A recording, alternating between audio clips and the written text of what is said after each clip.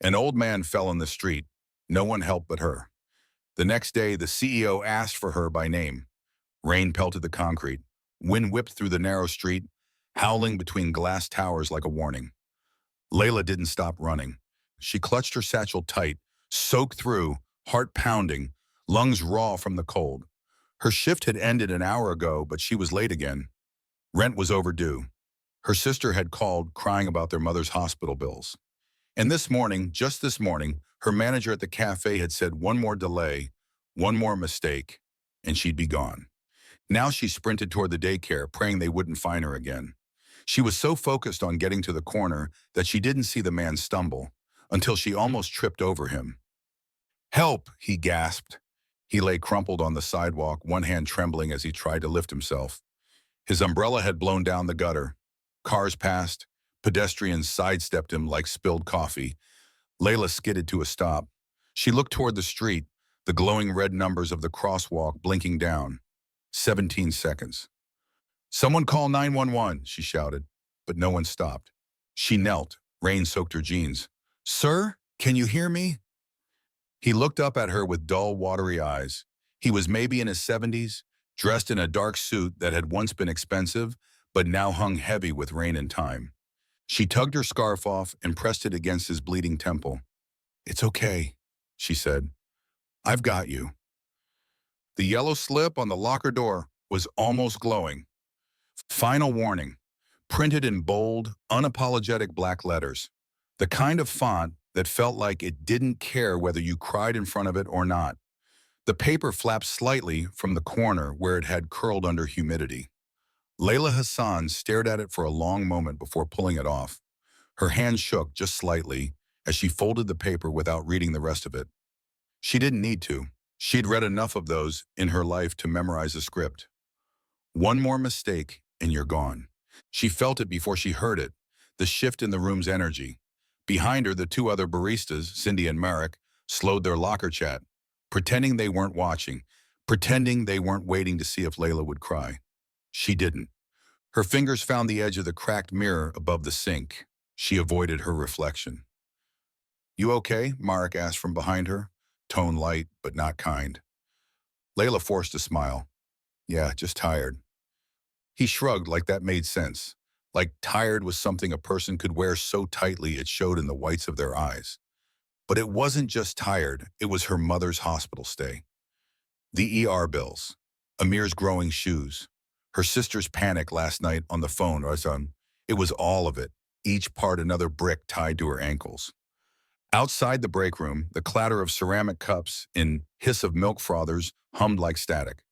The cafe was already filling with early customers, and Layla was already 5 minutes behind. Why had she stopped to pick up that dropped wallet on the subway platform this morning? Why had she taken the time to track down the woman it belonged to rather than just leaving it with the station guard? That had cost her another 3 minutes, and now it might cost her this job. But what was she supposed to do? Pretend she didn't care when someone was in trouble? When had being decent become a luxury she couldn't afford? By 7:40 a.m. and the cafe line stretched to the door. Layla worked the espresso machine like a soldier, hands moving automatically, voice calm and rehearsed. She didn't meet anyone's eyes longer than necessary. The manager, Kelly, stood near the pastry case with her arms crossed, watching. Layla knew that look. She'd seen it before, from social workers, from landlords, from disinterested nurses. That's the look of someone waiting for you to fail. What they didn't see was the math she'd done in her head this morning. If she skipped lunch, she could put $6 toward Amir's school trip. If she walked home instead of taking the bus, she could cover the last $15 of the electric bill. If she did everything just right today, she might make it to Friday without collapsing. And yet, behind all of that, there was a question hammering away at the base of her skull. Was this really it? Was this all there was? Was she meant to scrape by, paycheck to paycheck, while people around her got to have hobbies and birthday parties and friends who didn't cancel because they couldn't afford a second Uber? Was it weakness to dream of more? At 9:05 a.m., her phone buzzed twice in her apron. She wasn't supposed to check it mid-shift, but she did anyway, ducking into the back corner by the milk crates. Samira, call me when you get a break. It's about Mama. Her stomach dropped. She called immediately, knowing full well it might be the thing that finally got her fired, but she couldn't risk waiting. What happened? Her sister's voice came out tight. They want to move her again. Cheaper facility. She's not stable enough for transport, Layla. She can't go to one of those hellholes. Last time she got bed sores in 2 days. I know, but they said insurance won't cover the current one anymore. I begged the nurse to stall, but Samira paused. We're out of time. Layla pressed her fingers to her temple, squeezing her eyes shut. What if I call the hospital administrator myself? Do you think they'll care? She didn't answer because she already knew the truth. At 10:15 a.m., a customer yelled at her for putting oat milk in his coffee instead of almond. Layla apologized and remade the drink with numb fingers. Her ears burned. By 10:30, a tray of clean mugs slipped from her grip while she was restocking the shelf. 4 shattered. One bounced and cracked a saucer. Kelly came up behind her like a silent storm. No words, just the look. That same damn look. One more mistake. During her 5-minute break, Layla sat on an overturned crate outside the back door, breathing in diesel fumes from the alley and holding her phone in her lap. There were 2 new texts from the daycare. Reminder, late pickups incur $15 per 10-minute interval after 6 o'clock p.m. Amir mentioned not having a coat today. Is everything okay at home? She exhaled slowly. No, nothing was okay. Nothing had been okay for months. Amir's coat zipper had broken last week. They'd been layering up with 2 hoodies. He thought it was fun, like dressing up as a superhero. She wanted to scream, or cry, or disappear.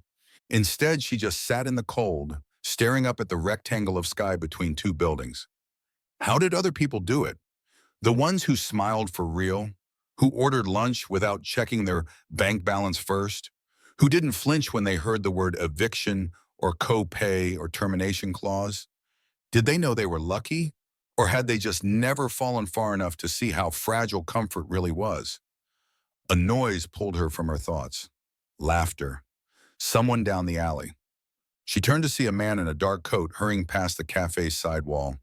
He was smiling down at a little girl skipping beside him. Layla guessed she was 6, maybe 7.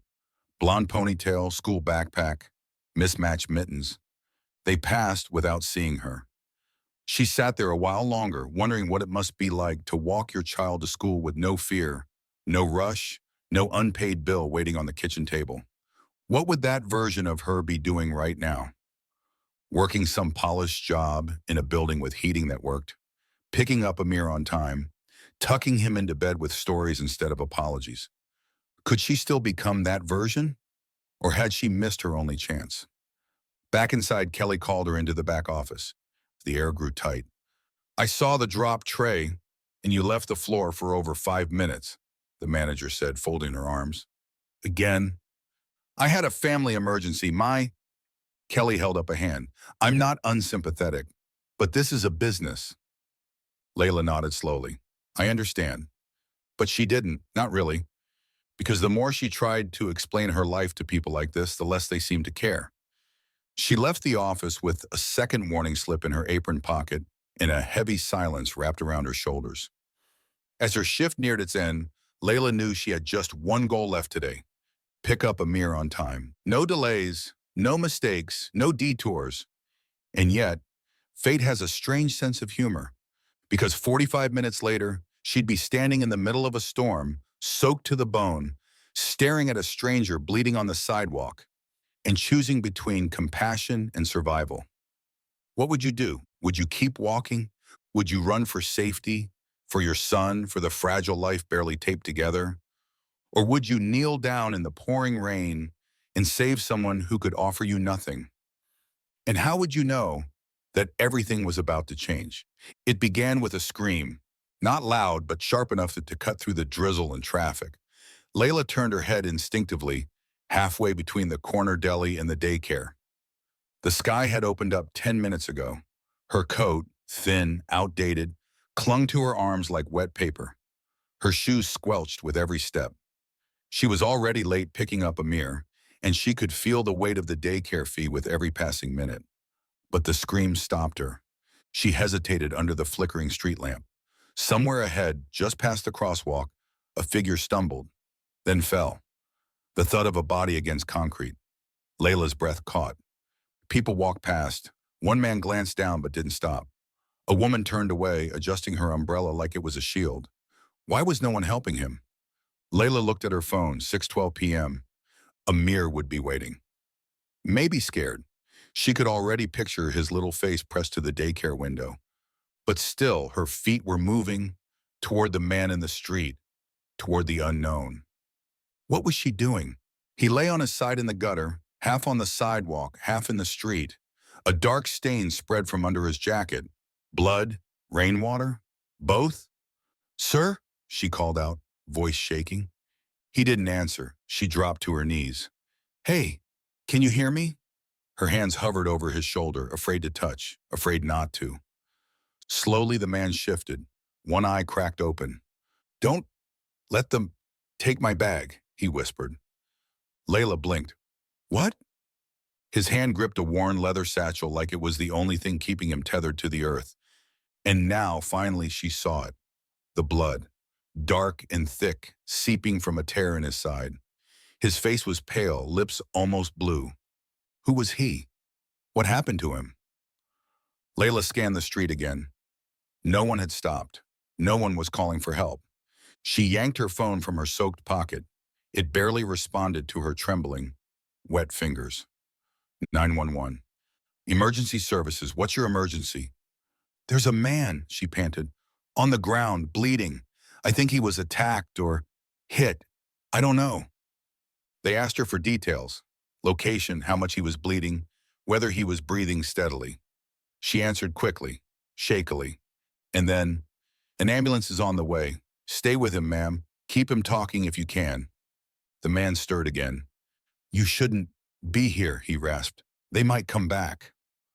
Layla's stomach turned. "Who? Who did this to you?" she asked. But he closed his eyes again. Thunder rumbled in the distance, sirens in the far-off haze. She reached down and pressed gently against the bleeding. Her scarf was all she had, and she wrapped it tightly around his middle. Rain poured harder, soaking them both. Who was he so afraid of? What was in that bag? By the time the paramedics arrived, Layla's knees were numb and her fingers stiff. She backed away slowly as the EMTs surrounded him, cutting open his jacket, asking questions he couldn't answer. One of them, an older man with graying temples, turned to her. "You found him?" "Yes, he was alone. Said something about someone coming back. I think he was mugged." The medic nodded. "You did good. Most people just walk by." Layla swallowed, rubbing her arms for warmth. "Will he be okay?" "Hard to say yet," he replied, "but you probably saved his life." The man, still unconscious, was lifted onto the stretcher. His bag had been placed carefully beside him. One of the younger EMTs zipped it shut without opening it. Layla's eyes lingered on it. Why did he cling to that bag like his life depended on it? By 7:05 p.m., Layla stood at the daycare door, drenched, shaking, and ashamed. Amir ran into her arms, backpack sliding from his shoulders. "Where were you, Mama? I thought you forgot." Her throat closed. "Never, baby. I'm so sorry." The woman at the desk gave her a tight smile and a printed invoice. Another $30, another cut into the groceries for the week. As she signed the form, her hand trembled. Not just from the cold, but from everything.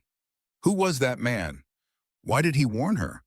And why, hours later, was she still thinking about his face? Later that night, with Amir asleep beside her on their shared mattress, Layla stared at the ceiling. Every sound outside, the wind, the creak of the old building, a distant siren, made her flinch. Had she gotten involved in something dangerous? Why had no one else helped? Her phone buzzed. An unknown number. She froze, then answered. "Hello?" A pause. "Is this Layla Hassan?" A man's voice. Calm, quiet, but precise. "Yes. Who is this?" "I'm calling on behalf of a Mr. Alexander Ward. You found him this evening." The name meant nothing to her. "Is he okay?" "He's stable, but he asked specifically to contact you." Layla sat up slowly. "Why?" He wanted to thank you and to ask if you'd come to speak with him tomorrow. There's something he needs to give you. Her heartbeat stuttered. Give me? Yes, he was very clear. He said, the woman in the rain, she'll understand. Layla looked down at her hands, still faintly stained from where she'd held the bleeding. I don't know if I can, she whispered. I have work, and my son. We can arrange transportation. He insisted. Why? He said you saved more than his life. She hesitated, heart pounding. What did that mean? As she hung up, questions circled her mind like crows. Who exactly was Alexander Ward? What was in that bag he guarded so fiercely? Why did he believe Layla was the one person who'd understand? And was she about to step into something far bigger than she could handle? Layla hadn't expected the car. It was sleek, black, clean enough to reflect her hesitant expression as it pulled up in front of her building the next morning. A driver in a charcoal suit stepped out holding an umbrella. Ms. Hassan? She paused on the sidewalk, dressed in her plainest blouse, gripping Amir's hand. Yes? Mr. Ward is expecting you. Layla looked down at Amir. He was fidgeting with the strap of his backpack, confused. Are you going to a fancy place, Mama? He whispered. She crouched to his level. Just a quick visit, Habibi. Miss Carla's going to walk you to class, okay? She had already arranged it with the teacher, a favor she couldn't afford to ask for again. But something about that phone call, something about the stranger's words still echoed in her mind. You saved more than my life. What did that even mean? The hospital was pristine, the kind of place Layla had only ever seen in movies or through the windows when she passed by on her way to the bus stop. Polished floors, pale blue walls, a scent too clean to feel real. The driver escorted her through the lobby without checking in. Isn't there paperwork? She asked, confused. He simply said, Mr. Ward arranged everything. Who was this man? They reached the second floor. The halls grew quieter, more private. Signs for VIP recovery wing and private suites appeared on the walls. Layla's stomach turned. Room 217. The driver knocked once, then opened the door. Inside, sunlight streamed through half-drawn blinds. A heart monitor beeped slowly. Machines hummed softly in the background. Alexander Ward sat upright in the hospital bed, a bandage around his side, IV in his arm, oxygen tube resting against his cheek. But his eyes, sharp, intelligent, were locked on her the moment she stepped inside. You came, he said. His voice was hoarse, but deliberate. Layla stayed near the door, suddenly unsure. I didn't know if I should. I didn't even know who you are. He gave a small, tired smile. That's the reason I asked for you. She blinked. He gestured to the chair. Please, sit. I won't keep you long. Slowly, warily, she sat. There was a silence. Not awkward, but weighted. Thank you, he said at last, for staying with me. Most wouldn't have. I almost didn't, she admitted. I had somewhere to be. And you chose to stop anyway. Why? She hesitated. Because someone should have. Because it felt wrong to walk away. Ward nodded as if confirming something to himself. You reminded me of someone I used to know, he said. Who? He didn't answer. Instead, he reached to his bedside drawer and pulled out the worn leather bag she remembered from the night before. I want you to take this, he said. Her brow furrowed. What? No, I can't. You can, and you should. She stared at the bag. Was he delirious? I don't need anything, she said softly. You're the one who was bleeding in the street. But you do need something, he replied. You just don't know it yet. The zipper opened with a dry hiss. Inside, she expected maybe documents, a wallet, maybe painkillers or pills. Instead, there were papers, bundles, files. One of them had a photo, blurry, low resolution, of a girl, maybe 16, running across a warehouse lot. Behind her, a man with a gun. Layla's blood ran cold. What is this? She asked, voice low. Proof, he said, of who they really are. Who? He didn't answer right away. You said someone might come back for your bag. Are they still looking for you? Yes, he said, but they won't expect me to give this away. Give it to whom? She asked. The police? I tried. he said bitterly. The police didn't listen. Layla looked back down at the photo. Something wasn't right. Why me? She asked. I'm no one. I work nights. I clean office buildings. I take care of my son. Ward leaned forward, his body tense despite the pain. That's exactly why. What does that mean? They won't look at you. You're invisible to them, just like I used to be. The room went quiet again. Then he said, do you know the name Davenport Corp? She frowned. No. They own most of this city's industrial real estate. They fund elections. They run charities and bury skeletons. I worked for them for 18 years. He paused. I was their fixer. Layla sat back. What does that mean? I made problems disappear. Documents, people, whistleblowers. Her heart jumped. You hurt people? I kept them quiet, with money, with fear, sometimes worse. She stood, stunned. Why are you telling me this? He looked at her steadily. Because I couldn't live with it anymore. I was leaving. I had copies, evidence, and I was going to release it.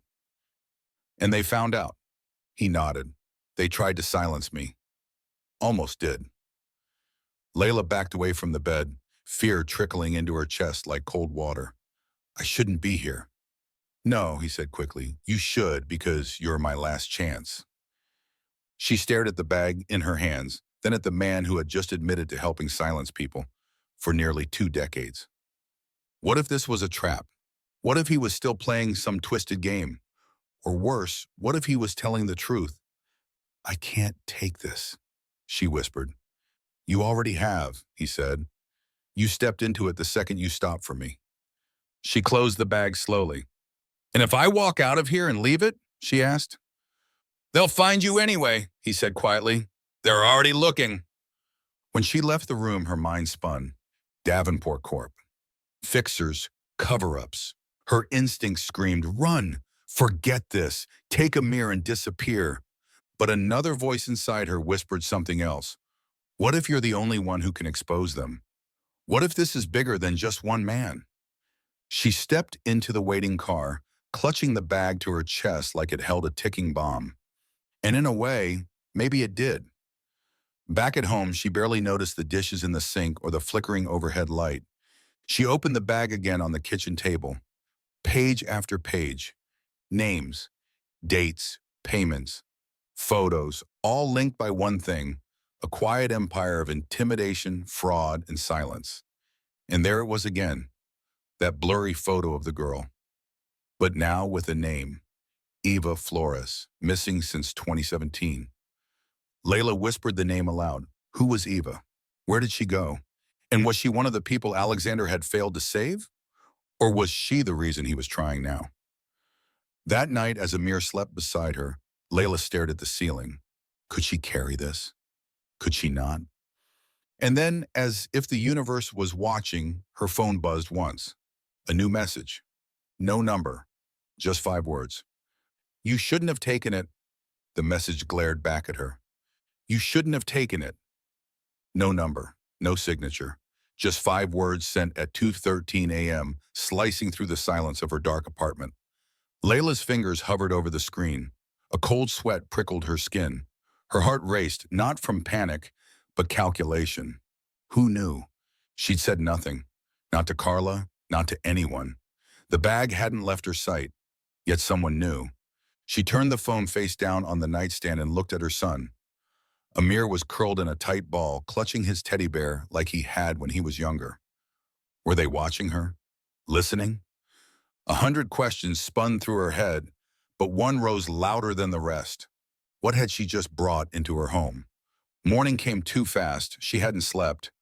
Layla moved through her routine with robotic precision, dressing Amir, packing his lunch, walking him to school. Her eyes darted constantly, scanning every alley, every parked car. That message hadn't come from a random spammer. It had come from someone who knew what was in that bag. She didn't tell Amir, of course not, but she held his hand tighter than usual until he looked up and asked, Mama, is your hand shaking? No, Habibi, she whispered, just cold. But it wasn't the weather that made her tremble. Back home, she sealed the blinds and double-locked the door. She pulled the bag back onto the kitchen table. Its presence felt heavier today, like it was soaking up all the warmth from the room. She opened it slowly, document after document.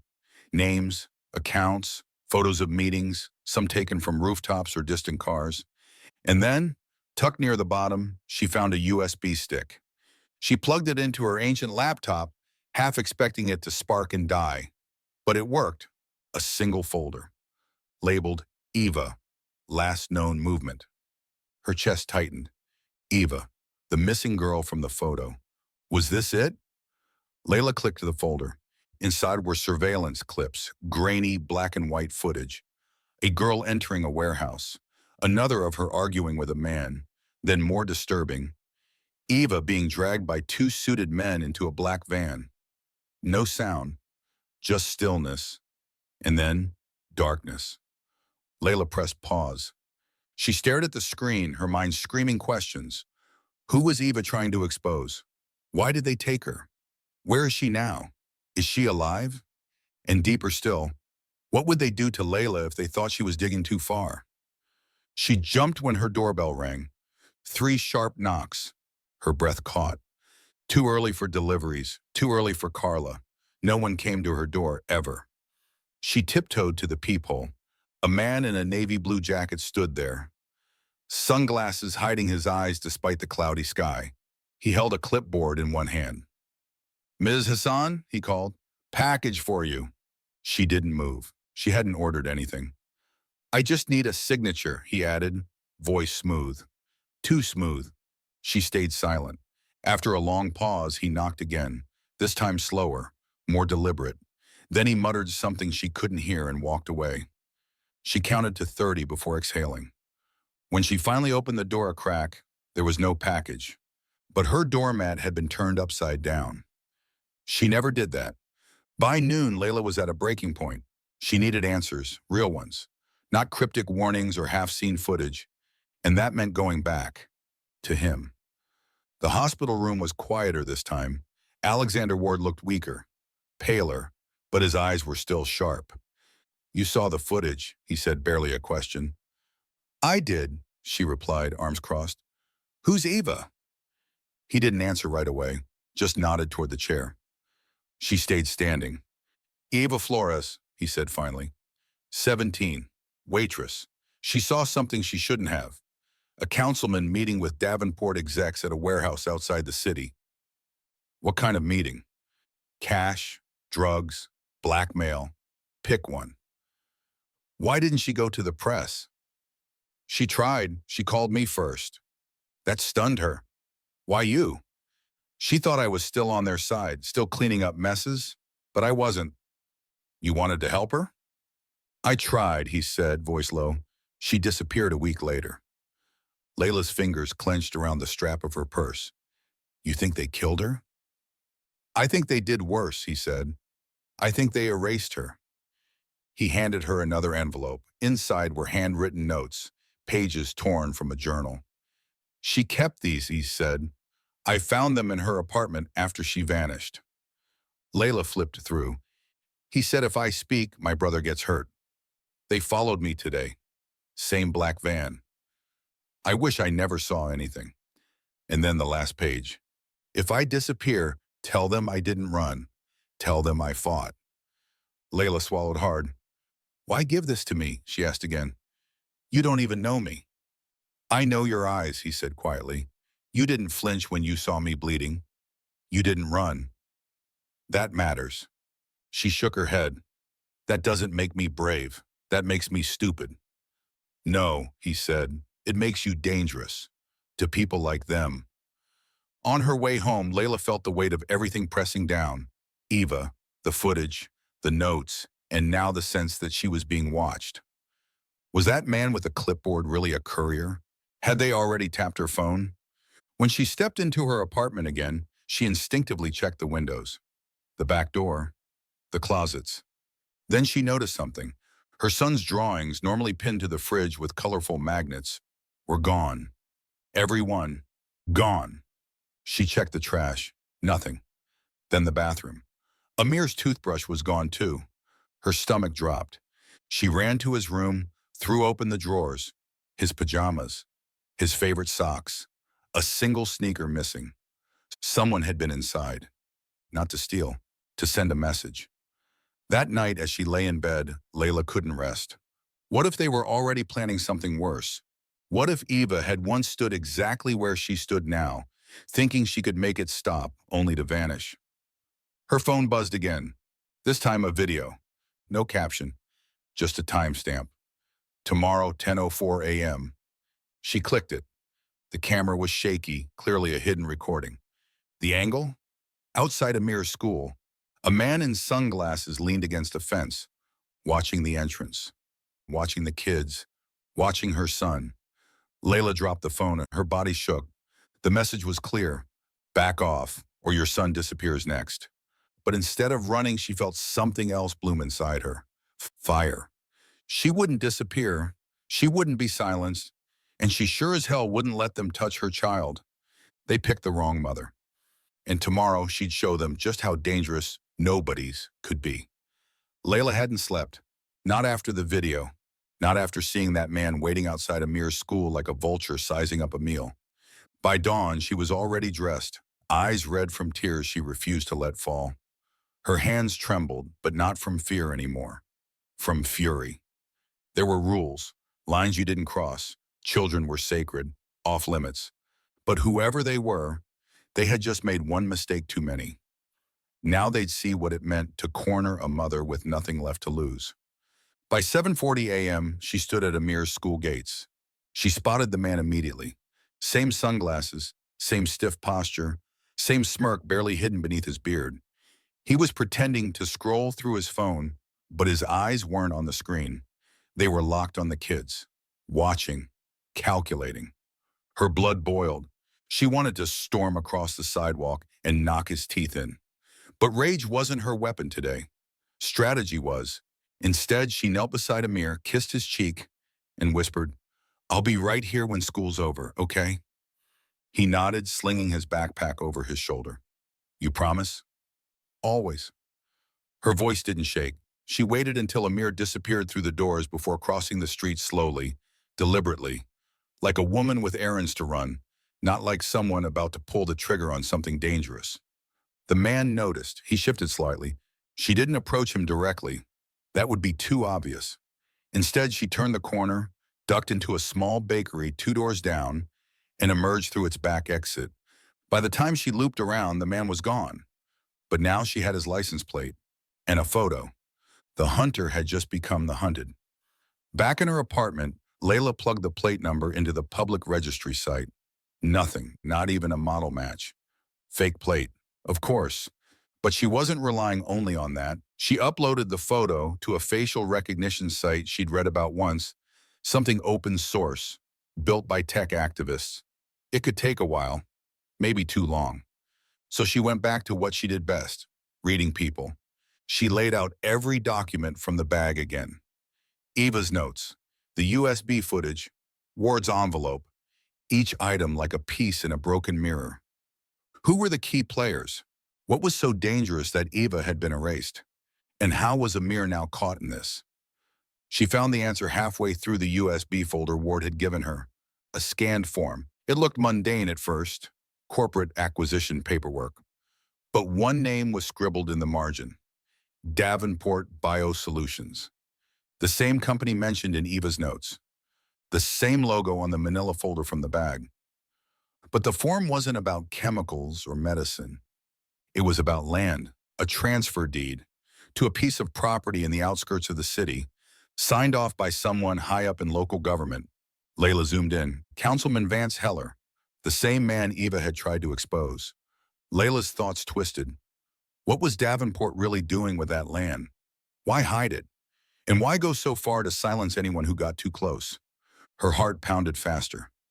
Was this about money or something darker? Before she could go further, her phone buzzed again. Unknown number. No text, just a link. She tapped it. Another video. This one made her stomach drop. It showed her walking out of the bakery, zoomed in, then zoomed out. Her every movement tracked. Then came the voice, mechanical, distorted. You have something that belongs to us. Return it by midnight. Or the boy disappears. Her vision blurred, the rage, the fear, the helplessness. They were watching her, even now. How far did their reach go? But instead of caving, she did something unexpected. She laughed, a dry, broken, almost manic sound, because something finally clicked. They wouldn't threaten her if they weren't afraid. They were losing control. She'd rattled them. And that meant one thing: she was closer to the truth than they wanted her to be. So instead of hiding, she picked up her phone and made the boldest move yet. She called the one person she hoped was still watching too. "Ward," she said when he answered, his voice gravelly. "They know I have the bag. They just threatened Amir." Silence, and then, "You need to disappear." "No," she said. "I need to expose them." "You don't understand." "I understand better than you think," she snapped. "You protected Eva. Now it's my turn. So either help me or get out of my way." A long pause, then a quiet. "Meet me in 2 hours. Bring everything." She packed fast: the bag, the USB, Eva's notes, a change of clothes for Amir, snacks, his asthma inhaler, and the bear he never slept without. She didn't know where she and Ward were going, but it couldn't be here. Not now, not when the walls had ears. As she moved to leave, her laptop pinged. The facial recognition match had come through. She clicked and froze. The man outside the school had a name: Elliot Ray, former private security, discharged. Known affiliation with multiple shell corporations, most tied to Davenport. But that wasn't the worst part. He'd once been named as a person of interest in the case of a missing teenager. The girl was never found. Layla's hand went cold on the mouse. How many had they taken? How many mothers had been silenced before her? Outside, the sky was graying, rain coming. She hailed a cab and kept her head down. The driver glanced at her in the mirror.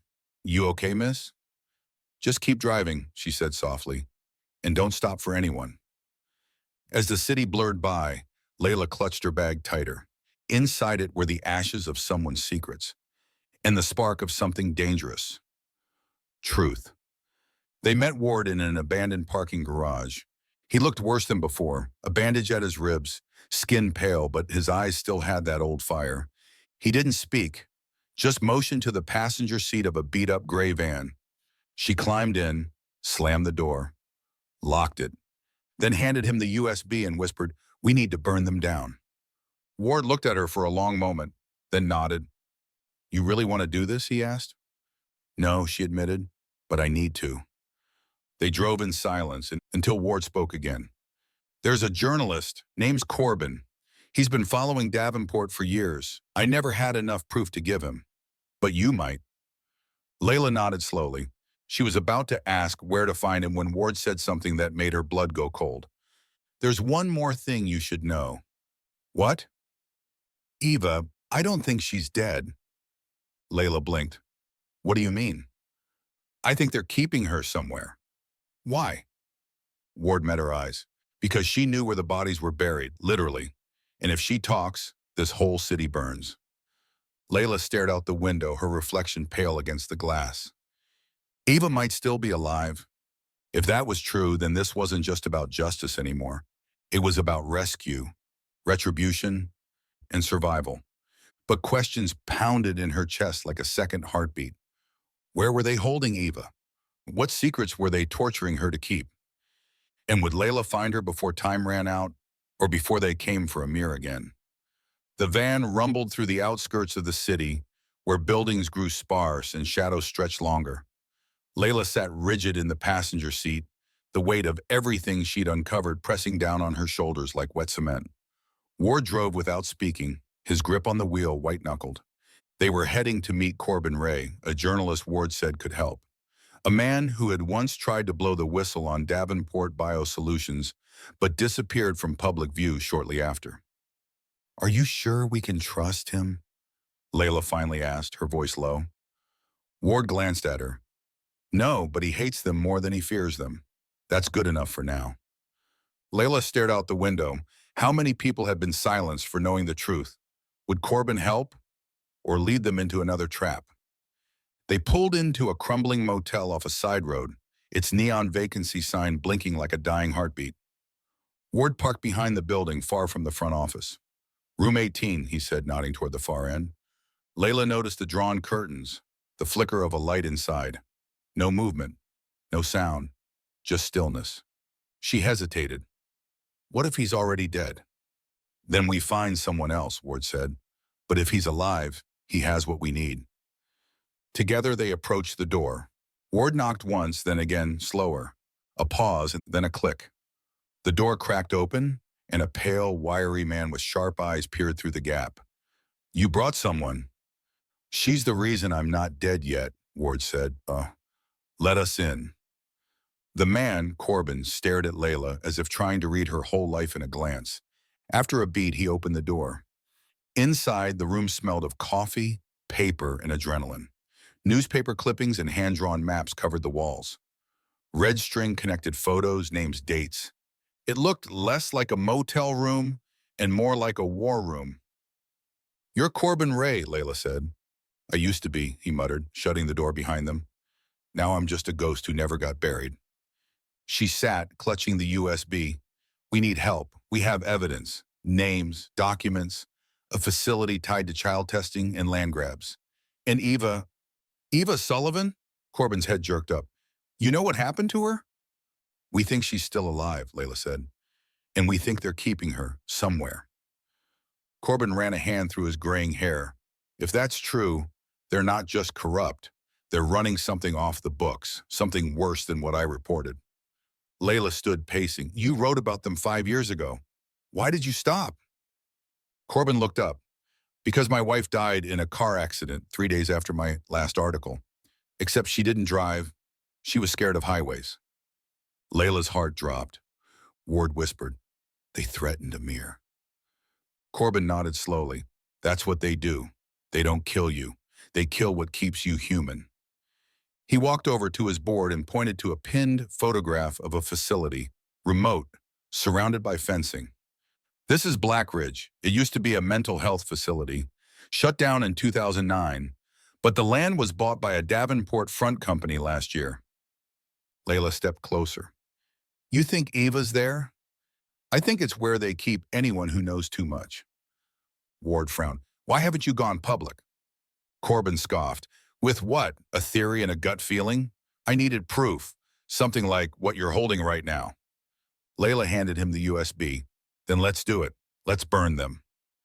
Corbin plugged it into his laptop. His eyes scanned files quickly. His jaw tightened. You realize if we publish this, they'll come after all of us. Layla didn't blink. They already have. He looked between her and Ward, then asked carefully, Are you prepared for what happens next? If this goes live, there's no turning back. Ward exhaled. We never expected to make it out clean. Corbin nodded slowly, then opened a secure line on his device. I know someone at the Ledger. They still do real reporting, but they'll need something irrefutable. Layla stepped forward. Then tell them this. I'll go in. I'll find Eva. I'll get her out. Ward's eyes widened. Layla, no. Why not? She cut in. They're already watching us. If I disappear, they'll assume I broke. But if I'm inside, I can find where she is. We can get what we need from the source. Corbin looked uncertain. That's suicide. No, she said softly. That's being a mother. Later that night, while Corbin worked to encrypt and back up the files, Ward and Layla stepped outside into the cold. You don't have to do this, Ward said. I do, she replied. Because this isn't just about Eva anymore, or even Amir. She paused, breathing deeply. This is about every woman who's been dismissed, every mother who's been threatened, every truth buried under cement and greed. Ward looked at her like he was seeing her for the first time. Not just a single mom with tired eyes, but a force of nature wrapped in skin and sorrow. You think Eva's still alive, she said. Why? Ward hesitated. Because I saw a note slipped into one of the folders I took. It wasn't part of the official records. He pulled it from his coat pocket, crumpled, faded. Layla unfolded it. It was a single sentence written in shaky handwriting. Tell my son I didn't run. I fought. Tears pricked at her eyes. Eva had a son? Where was he? Did he even know what his mother had done for him? And suddenly, another terrifying thought bloomed in Layla's mind. Was Amir really the only child in danger? They returned to the room. Corbin had uploaded everything to a secure cloud drive. It's ready, he said, but if you go in, we'll need a way to extract you. I'll figure it out from inside, Layla said. Once I find Eva, I'll send a signal. Signal? She looked around, grabbed a marker from the desk, and drew a symbol on her palm, a circle with 3 dots inside. I'll leave it somewhere, on a door, on a window, somewhere they'll miss, but you won't. Ward exhaled. You're sure about this? No, she said, but I'm doing it anyway. An hour later, she stood in front of a cracked bathroom mirror, staring at herself. She didn't see a scared woman anymore. She saw armor. She saw a reckoning.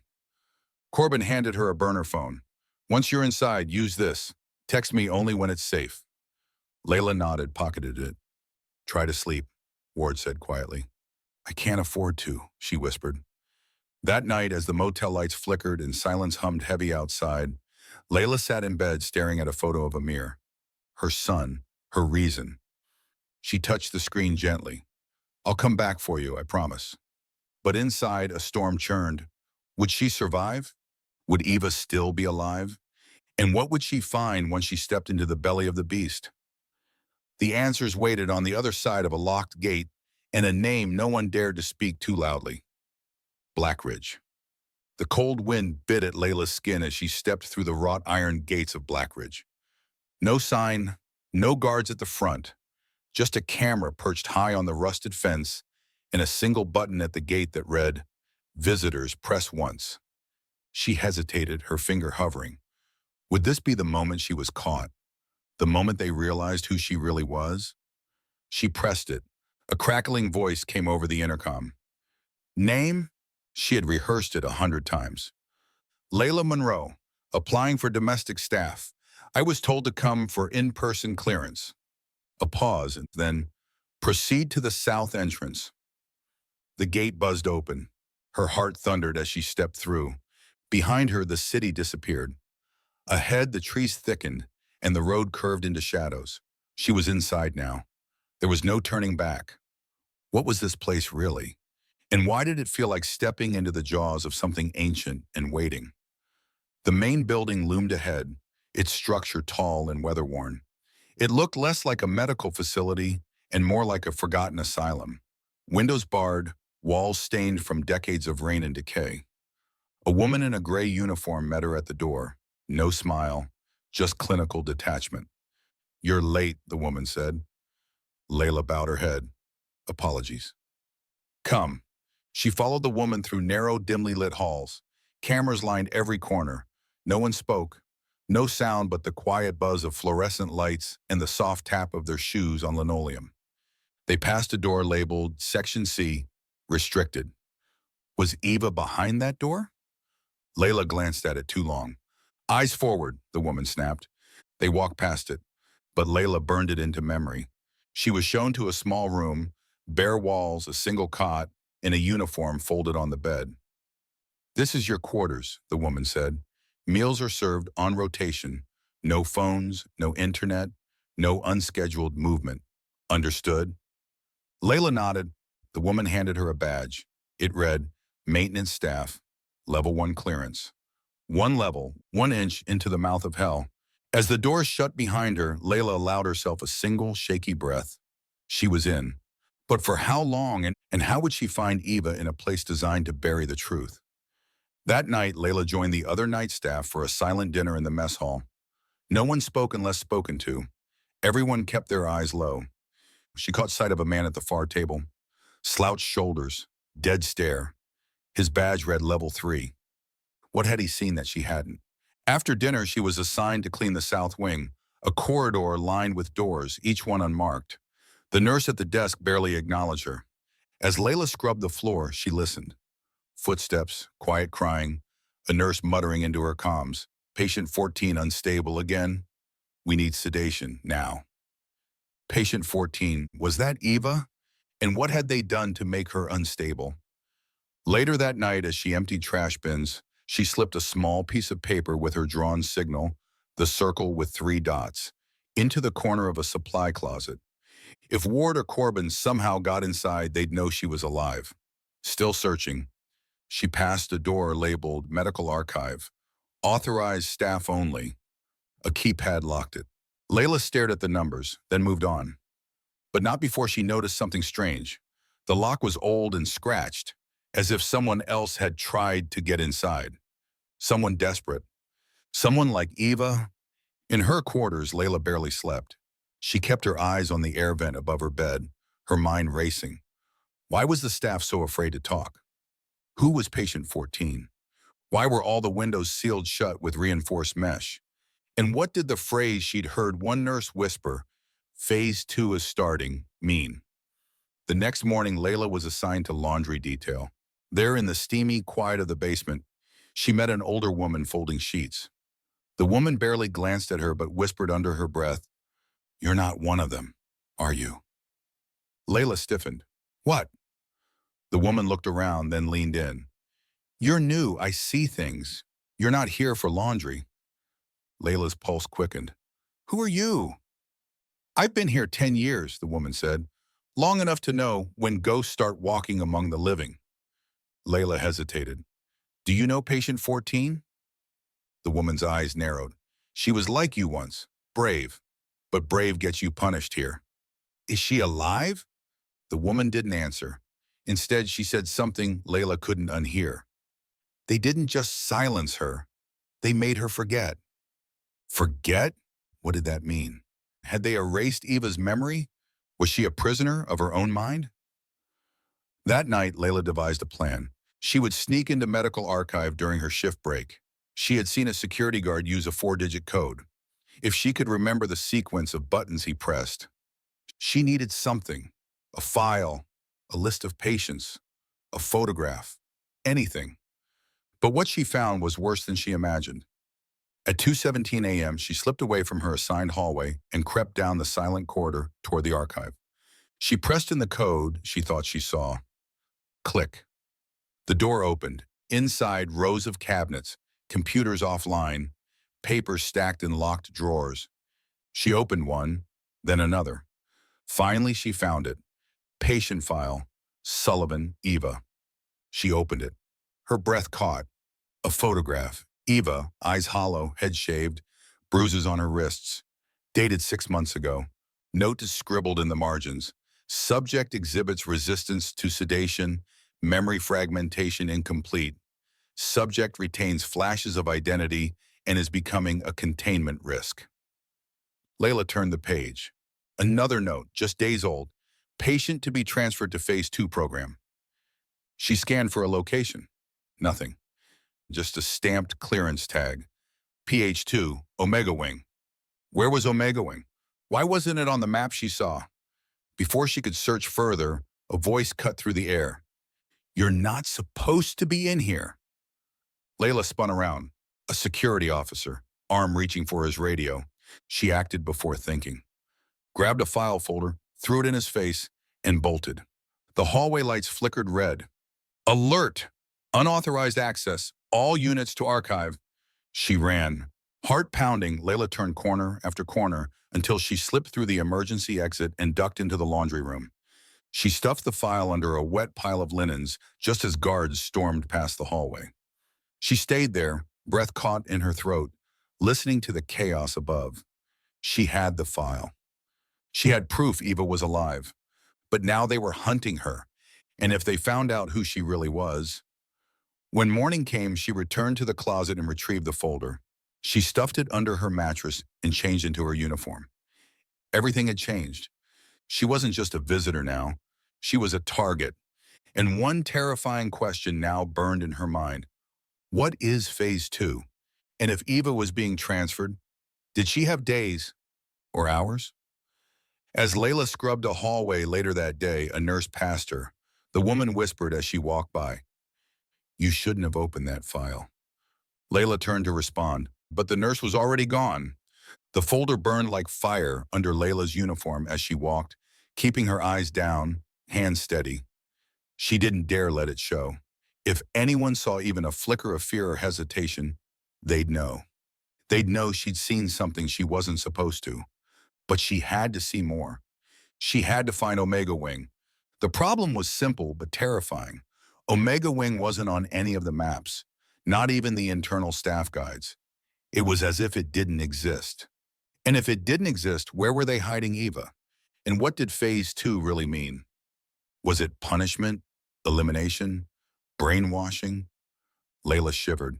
She needed help, a crack in the system, a loose thread to pull.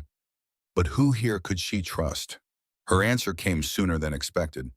The woman from laundry, Mara, slipped into Layla's hallway during the next cleaning shift. No words, just a folded slip of paper pressed into her hand as she passed. Layla opened it in the supply closet. 3 words. Check the morgue. Midnight. Her blood ran cold. The morgue? Was Eva dead? No, Layla had seen the file. The photograph was recent. Bruised, yes, but alive. Then why send her there? And why at midnight? Was it a trap? That night, under cover of darkness, Layla made her way down the west stairwell, deeper than she'd ever gone. Floor 3. Everything here was cold tile and silence. The kind of silence that didn't just muffle sound, it seemed to devour it. She paused outside the door, marked morgue. Authorized personnel only. It clicked open before she could knock. Mara stood inside. No expression, just motioned her in. The room was lit by a single bulb.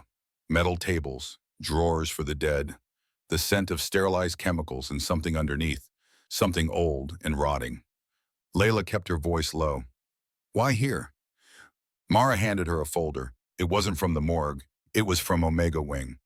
Layla's eyes widened. How did you... Don't ask how, Mara snapped. Just listen. You don't have long.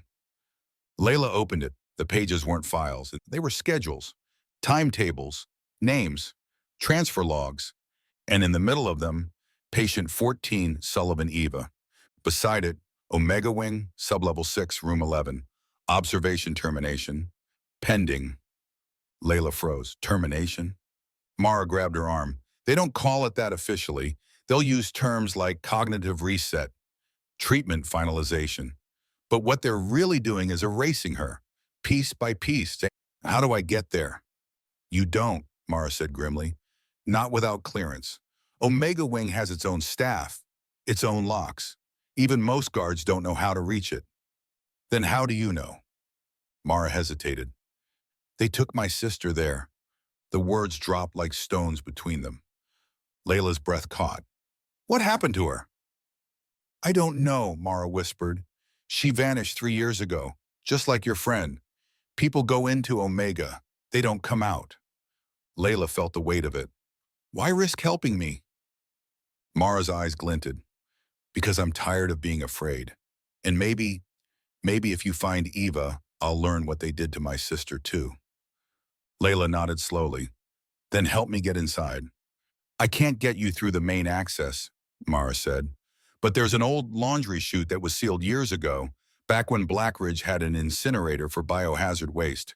The chute runs from floor 3 down to sublevel 6. No cameras, no alarms, but it's a straight drop. Layla's heart pounded. Can I survive it? If you lower yourself with the line and drop the last few feet, maybe. But if they catch you inside Omega... I know, Layla said. I won't get caught. She hoped. But deep down, she knew. This wasn't infiltration anymore. This was war. The next night, Layla stole 2 bed sheets, tied them into a makeshift rope, and hid them under her uniform. She waited until her shift ended and snuck back down to the morgue. Mara had already pried open the grate to the laundry chute. You sure about this? She asked. No, Layla whispered, but I'm more sure about this than doing nothing. With trembling fingers, she lowered the sheet into the dark abyss. It barely reached halfway. She braced her arms on the rim, then dropped inside. The cold walls scraped her shoulders as she descended, the silence swallowing her whole. Halfway down, she clung to the last knot, then let go. The fall lasted seconds. Then impact. Pain shot up her legs. She collapsed onto a dusty floor, coughing. She was in. Sublevel 6, Omega Wing. the place that didn't exist. The hallway was darker than the others. The lighting here flickered like dying stars. Signs were in red. The smell of chemicals and fear clung to everything. Layla crept down the corridor, passing reinforced doors with digital locks. Each one had only a number. Room 5, Room 6, Room 7. She stopped at Room 11. Her heart stuttered. A small viewing window. She stood on tiptoe and peered in. There. There she was. Ava, strapped to a chair, electrodes on her temples, a monitor beeping softly. Her hair was gone, her arms bruised. But her eyes, though dull, still moved. Still searching. Layla's breath hitched. She was alive. But for how long? Footsteps. She ducked into a nearby supply room just as two figures approached. A man and a woman. Lab coats. Talking softly. She's resisting again, the man said. She keeps muttering the same name. The woman replied, memory isn't fully suppressed. We'll increase dosage. Termination set for Thursday. Any idea what LM stands for? No, but she clutches the bracelet like it's a lifeline.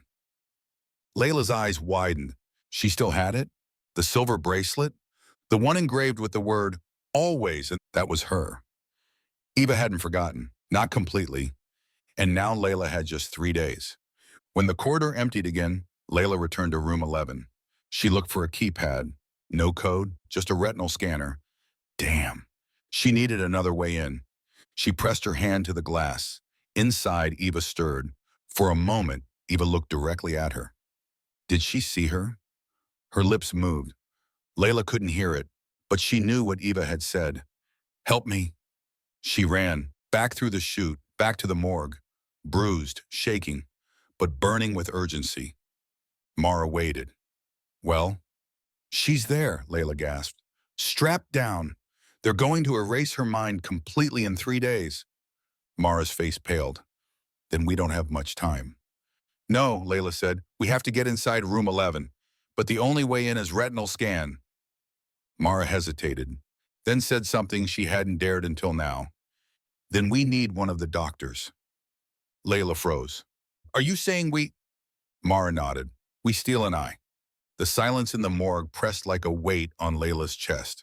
Mara's words still echoed in the cold air. We steal an eye. It wasn't a metaphor, not an exaggeration. To get into Omega Wing Room 11, they needed a retinal match, and that meant finding someone with clearance and doing something irreversible. Layla's hands shook. You're talking about hurting someone. Mara didn't flinch. I'm talking about saving your friend and exposing what they're doing down there. You said you'd do anything. I didn't think anything meant mutilating someone. Do you think they care about mutilation? Mara snapped, gesturing toward the folder again. They're turning people into ghosts, wiping minds, terminating lives without records.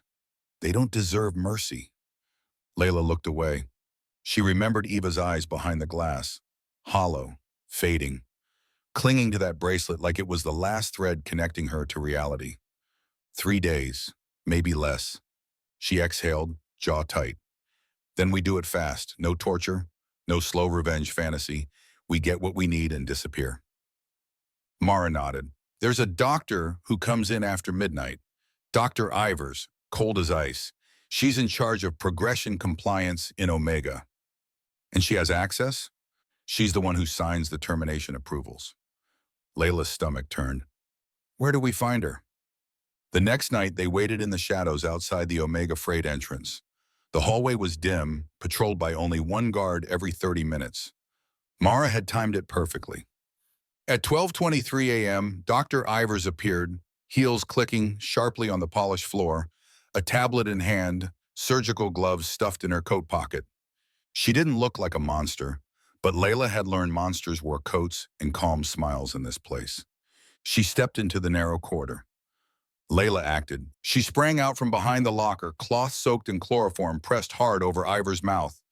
The doctor struggled, but Mara was already behind her, forcing her to the ground. In seconds, her body went slack. Layla's chest heaved, her heart thundered like a warning bell. They dragged Ivers into an old surgical suite nearby, unused, abandoned, and off the cameras thanks to Mara's inside knowledge. The next part was worse. Mara prepped the station. A syringe, a scalpel, antiseptic, and a small device used for retinal ID transplants in synthetic androids, a prototype from the medtech lab above that had been discarded in storage. Layla stared at it. This wasn't just about stealing an eye. It was about stealing a person's access, about crossing a line she could never return from. "Are we really doing this?" she whispered. Mara didn't look up. "You already are." The procedure was fast. Mara had medical training. She'd once been a nurse before her sister's disappearance drove her into the shadows of rebellion. Ivers didn't wake during the extraction. Layla couldn't bring herself to watch.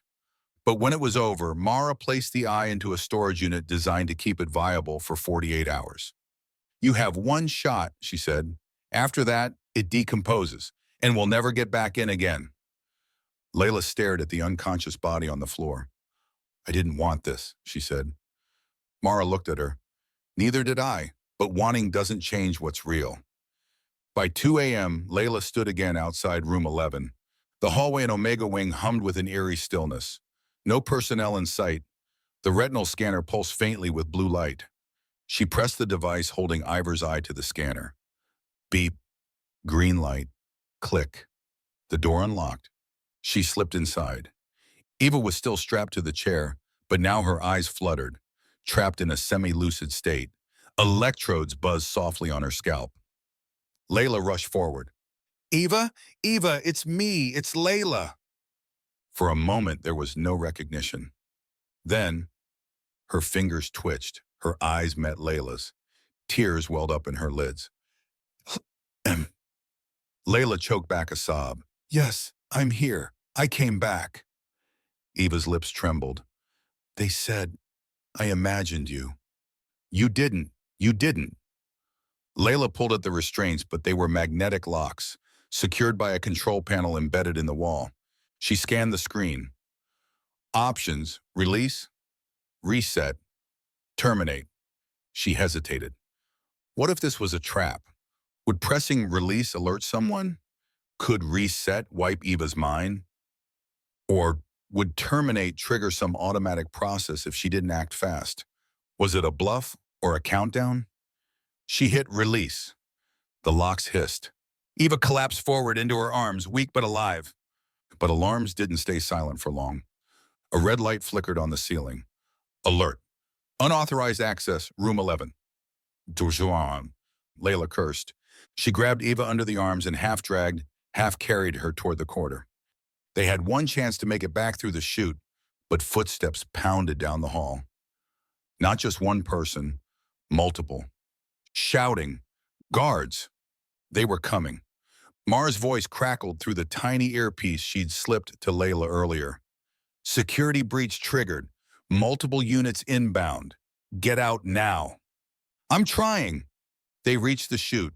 Layla shoved Eva's frail body in first, bracing her descent with the same knotted sheet. Then she followed, sliding down as guards appeared at the far end, shouts echoing behind her. She hit the bottom with a bone-jarring thud and pulled Eva to her feet.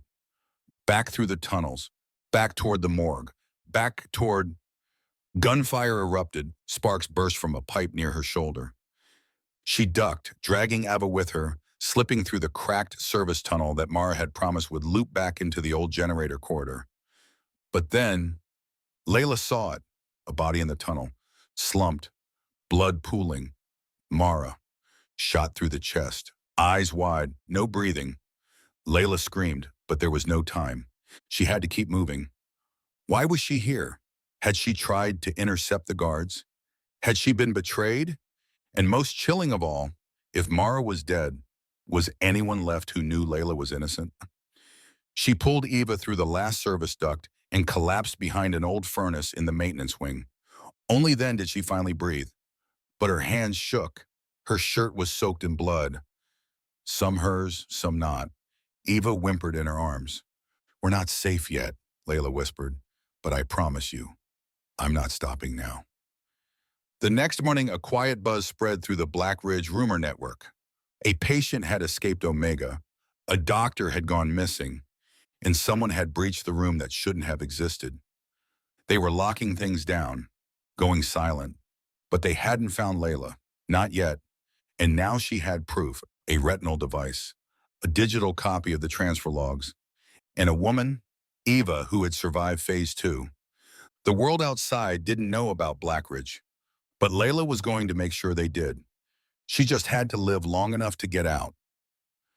The early morning fog clung to the rooftop like breath on cold glass. Layla crouched beside the industrial air ducts, her arms wrapped tightly around Eva, who drifted in and out of consciousness. She could feel the tremble in the girl's body, the shock of sedation and days spent locked in Omega's cruel grip. The sky above was turning pale with sunrise. They'd made it out of the lower levels, but barely. Mara was gone, and now Layla had no allies left inside Blackridge, at least none she could trust. But even as the wind bit through her jacket, one thing burned clear in her chest. She couldn't go back. Not ever. From her inside coat pocket, Layla pulled out the small flash drive she'd discovered after their escape, tucked deep inside Mara's bag. It had been wrapped in a tissue, hastily labeled in faint, handwritten ink. Trust no one, not even them. Who did Mara mean? Who were them? And why had she risked everything, her life, for this? Layla turned the drive over in her hand, its surface scratched from age. It looked old, almost outdated. Definitely not something the facility used anymore.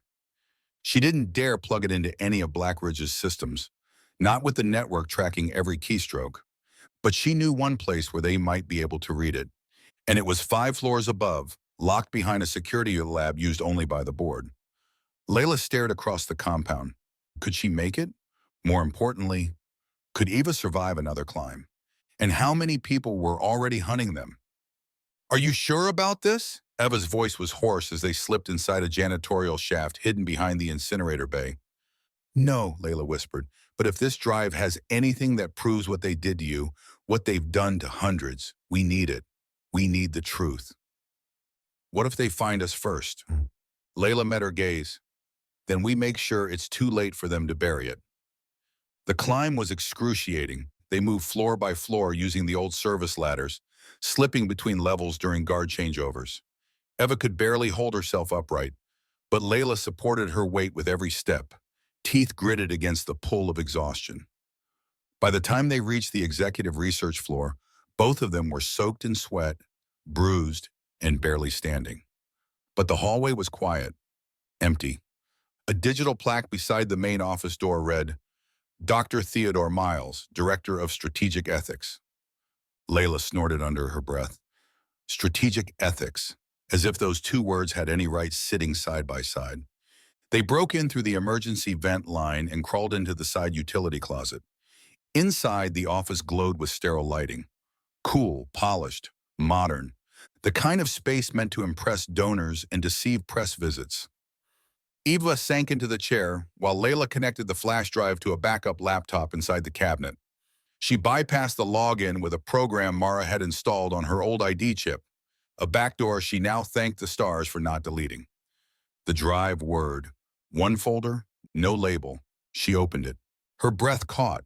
Videos, dozens of them, logs, reports. But what made her heart stutter was the first video file dated nearly 5 years earlier. She clicked play. A flickering screen, a timestamp. A young woman strapped to a chair. Her nameplate read, Subject 02A, Phase 3. The same setup as Room 11. But this wasn't just any subject. Layla froze. She knew that face. It was Mara's sister, the one she'd said disappeared. Official records claimed she'd committed suicide. But here she was, alive, crying, screaming, being silenced. Layla's hands trembled. She scrubbed forward through the footage, each file showing another victim, another experiment, another person. Are these all of them? Eva asked softly, eyes wide. Layla nodded, and it was proof, undeniable.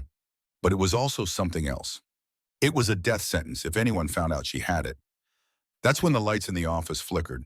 She turned sharply. A shadow moved past the frosted glass of the hallway window. Someone was coming. She yanked the flash drive free and turned to Eva, only to find her staring at the door, frozen. "It's her," Eva whispered. "I remember that walk." "What?" "She's the one who told me my memories were false. The one who said, I never had a sister, never had a mother." The handle jiggled. No more time. Layla grabbed Eva's arm and ducked into the supply crawl space behind the wall, a narrow shaft used by engineers. They held their breath. Footsteps echoed on tile. A woman entered. Her heels clicked against the polished floor. Layla peered through the vent slats. Dr. Celia Grange, Blackridge's chief of psychological compliance. She wasn't part of their past records, not in the Omega Wing, not in any footage Layla had seen so far. But she moved like someone in charge, calm, unhurried. She typed something on the terminal. Then she looked around. "Eva," she said calmly, "I know you're here." Layla flinched. "She's not stable yet," Dr. Grange continued, walking slowly across the room. "That bracelet you keep holding, it wasn't yours. It belonged to a failed subject. We let you keep it to help your reintegration fantasy." Eva's breath hitched. "She's lying," Layla whispered fiercely. "Don't believe her." Grange paused near the chair, her voice lowered. "You're not even Eva. That was just a name assigned to the emotional replica model we built after the incident in Sector 4. Layla's blood ran cold. Was this gaslighting or something more? Grange kept speaking, voice like silk. "The memories you think are yours were someone else's. The girl who escaped with Layla before. She didn't make it out. We copied what we could. That's who you are." Eva looked at Layla, face pale. "Is she saying I'm not real?" Layla shook her head. "No, she's manipulating you. She's afraid we found something." "Then why do I remember things even you don't?" Eva asked. "Why do I dream about people I've never met, rooms I've never seen?" Layla had no answer, and that terrified her. Was it possible Ava really had been reconstructed? Were the fragments in her mind hers at all? And if not, what did that mean about what they were protecting? The speaker on the desk buzzed. "Director Miles is requesting an emergency lockdown. Room 11 has been cleared. All staff ordered to secure labs and archives." Grange left the room, her footsteps vanishing down the corridor. Layla waited, counted 30 seconds, then she helped Eva back into the hallway. "We can't stay," she said. "Where do we go?" Layla didn't know. The facility was locking down. They couldn't get out through the tunnels again, not without Mara's clearances, not with security on full alert. But then she remembered the storage drive in her pocket, and the one thing Mara had once told her months ago: if everything falls apart, there's still the lighthouse. The lighthouse wasn't real, not a real lighthouse.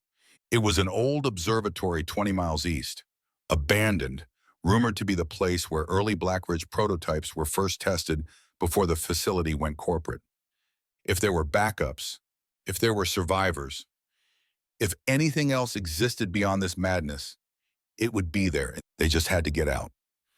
As Layla and Eva slipped into the emergency elevator shaft, crawling between levels to find an old access point, a message flickered across the security command center miles away. "Unauthorized data breach detected. Drive activity traced to floor 5, office of Dr. T. Miles." In a darkened office, Director Miles set down his glass and turned to the monitor. "She found it," he murmured. Then he smiled faintly. "Let's see how far she's willing to go." Rain lashed sideways against the cracked windshield of the stolen maintenance truck, the wipers barely able to keep up. Layla gripped the steering wheel, her knuckles bone white, as she swerved off the main road and onto the old utility path leading through a stretch of government-restricted woods. Beside her, Eva slumped in the passenger seat, her face pale, her lips pressed together in silent agony. They hadn't spoken in over 20 minutes. What could Layla even say? How do you reassure someone who might not be who she thinks she is? How do you look at someone and say, yes, you might be a copy, but I still choose you? The drive in her pocket felt like it weighed 1,000 pounds. Every bump on the road, every flash of lightning made her check the rear-view mirror for pursuers she couldn't yet see. "Are you cold?" she asked, finally breaking the silence. Eva shook her head slowly, not looking at her. Do you think they're watching us now? Layla swallowed hard. Not if Mara's code worked. We've been off-grid since we cut through Sector G. They'll scan the outer checkpoints, but not the old science routes. They were decommissioned years ago. A long pause. Then why does it feel like they want us to go this way? Eva asked quietly. Layla glanced over. What do you mean? What if the data on that drive isn't what you think it is? What if it's bait? Layla didn't answer right away. She'd wondered the same thing. Had Mara meant for them to find it, or had someone planted it for her to discover? And what if the lighthouse was never a sanctuary, but a signal flare for something worse? They drove deeper into the forest. The road narrowed, tree limbs reaching like skeletal hands toward the windshield. The headlights flickered once, twice, then died altogether. Layla cursed under her breath. Electrical dampeners. We're close. They were almost at the site. According to Mara's files, the lighthouse wasn't an actual tower, but the nickname for Observatory Theta 9, an abandoned research facility from the first generation of memory simulation tech. It had been shut down after a scandal no one fully explained. Most assumed the place had been demolished, but it hadn't. And if Mara was right, someone or something was still using it. They crept up the last hill on foot, ducking through branches and brush. Rain soaked their clothes, their boots slipping on the mud. And then, through the trees, it appeared. A circular building half swallowed by overgrowth and time. Its dome, cracked and moss-covered, rose like a watchful eye above the forest. The lighthouse. Layla's breath caught in her throat. Was this the end of the road? Or the beginning of something worse? Inside, it was colder than outside. The silence was deep, unnatural, like sound had been vacuumed from the air. Broken monitors flickered weakly in the darkness. A shattered mug lay on the floor, the logo on its side half erased. Nexia Biosystems. Layla froze. Nexia was the parent company that owned Blackridge, but the name had supposedly been erased from all early-phase memory work after the lawsuits.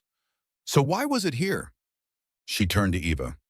Help me find a terminal that still boots. There might be logs. They moved carefully, alert for sensors or movement.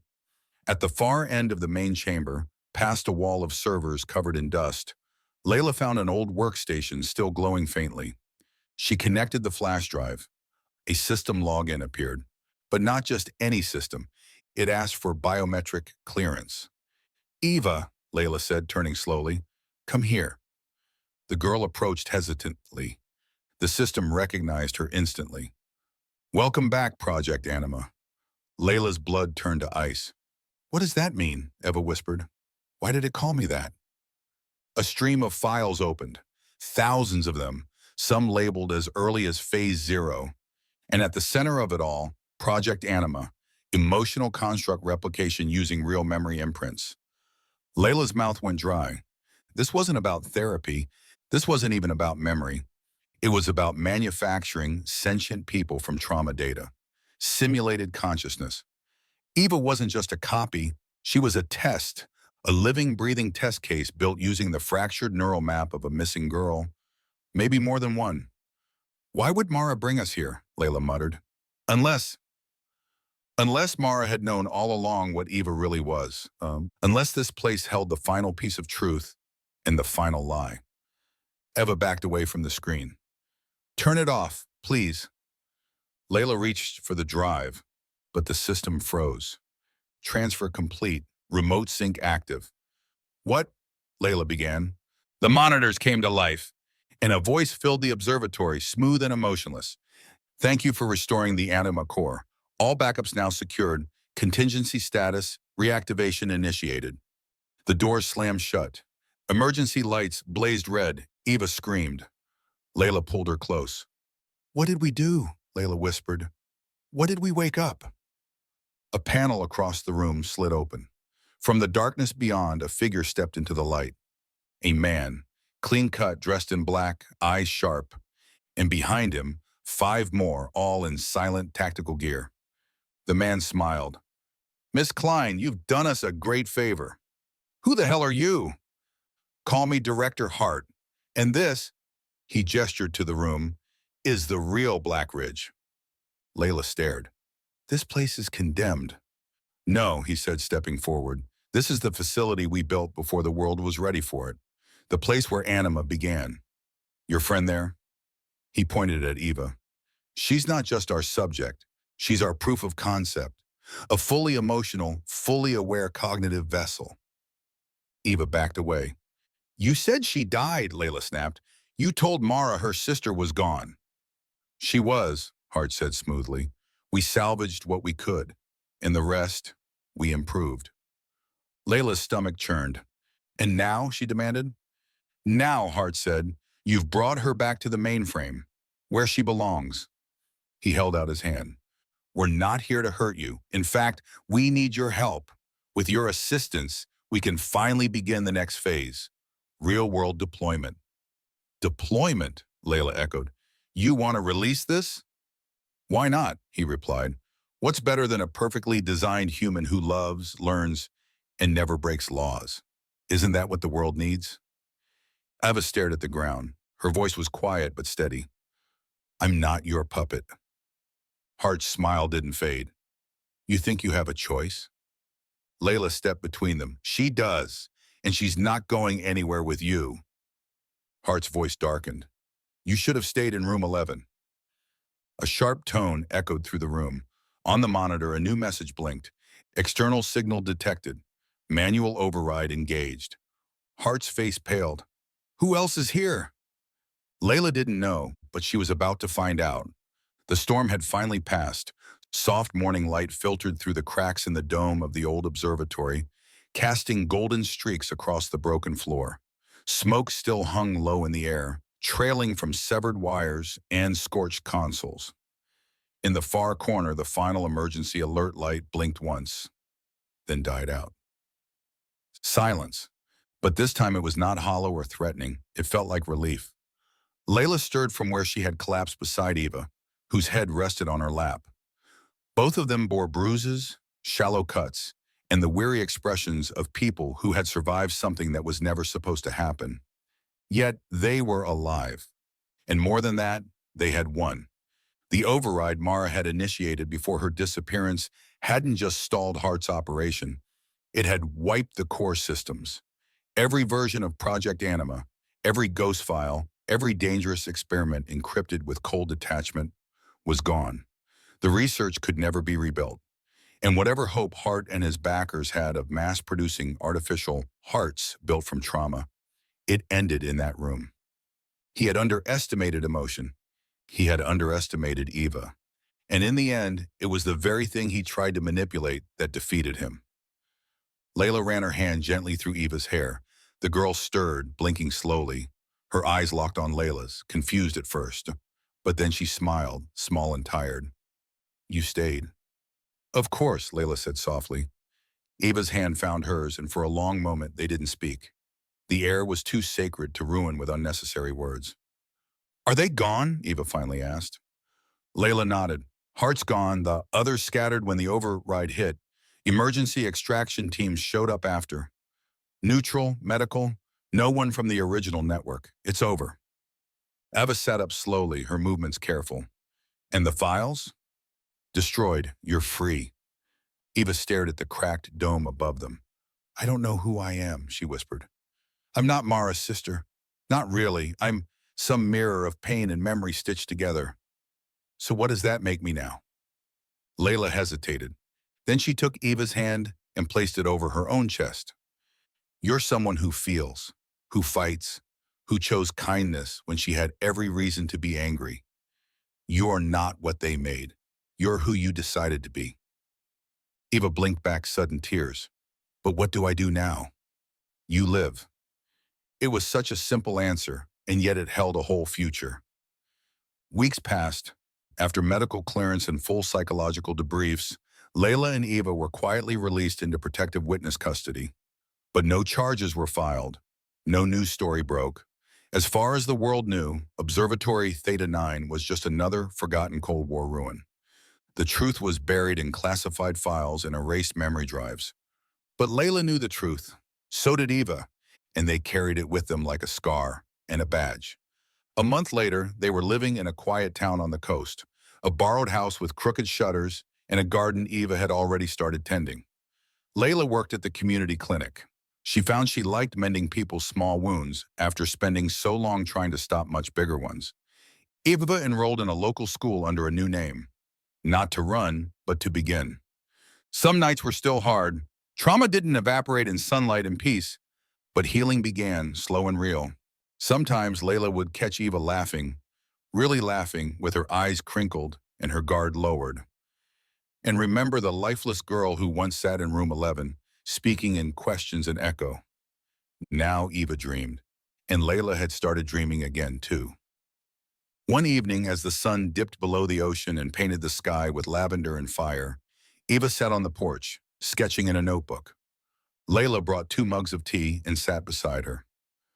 "Drawing anything special?" she asked.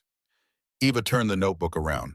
It was a sketch of the lighthouse, not the broken observatory, but a real lighthouse, the kind that stood on cliffs and led lost ships home. "Symbolism much?" Layla joked. Eva grinned. "Maybe, but I like it. Lights don't judge. They just guide." Layla nodded. "Do you ever think about going back?" Eva asked. "To that life? To the questions?" Layla considered it. "I think I spent too long inside questions I wasn't ready to answer. Now I want to live my way into the answers instead." Eva smiled. "That sounds like something Mara would say." Silence fell between them again, but this time it was warm. Eva reached into her pocket and pulled something out. The bracelet. The silver one with the word "always" engraved on the inside. The one Layla had found among Mara's things before the chaos began. She handed it to Layla. "I think she meant this for you," Eva said. Layla hesitated. Her fingers closed around it slowly. The cool metal hummed with memory. "You sure?" Eva nodded. "She knew you'd keep me safe." "And you did." Layla slipped the bracelet onto her wrist. It fit perfectly. Not a chain, not a symbol of burden, but of choice. Always. The next morning a letter arrived. No return address, just her name in soft handwriting. Layla opened it carefully. Inside was a photograph. Mara, smiling in front of the old observatory years ago, holding a small girl, Eva, on her hip. A real moment, before everything was stolen. And beneath the photo, a note in Mara's handwriting. "If you're reading this, it means you found her. Thank you for bringing her into the light. She was never meant to be a shadow. She was meant to grow. Let her become who I never got to be. M." Tears blurred Layla's vision. She passed the letter to Eva, who held it to her chest without speaking. Later that night, they lit a candle by the sea, not because Mara needed a vigil, but because hope always deserves a flame. As the waves crashed gently against the shore, Eva looked up at Layla and asked, "Do you think I'll ever be more than what they made me from?" Layla smiled, brushing a strand of hair from her face. "You already are." And as the sky turned silver with stars, Layla finally let go of the past. Because this quiet moment, this life they were building one breath at a time, wasn't made in a lab or extracted from grief. It was real, it was chosen, and it was theirs, always.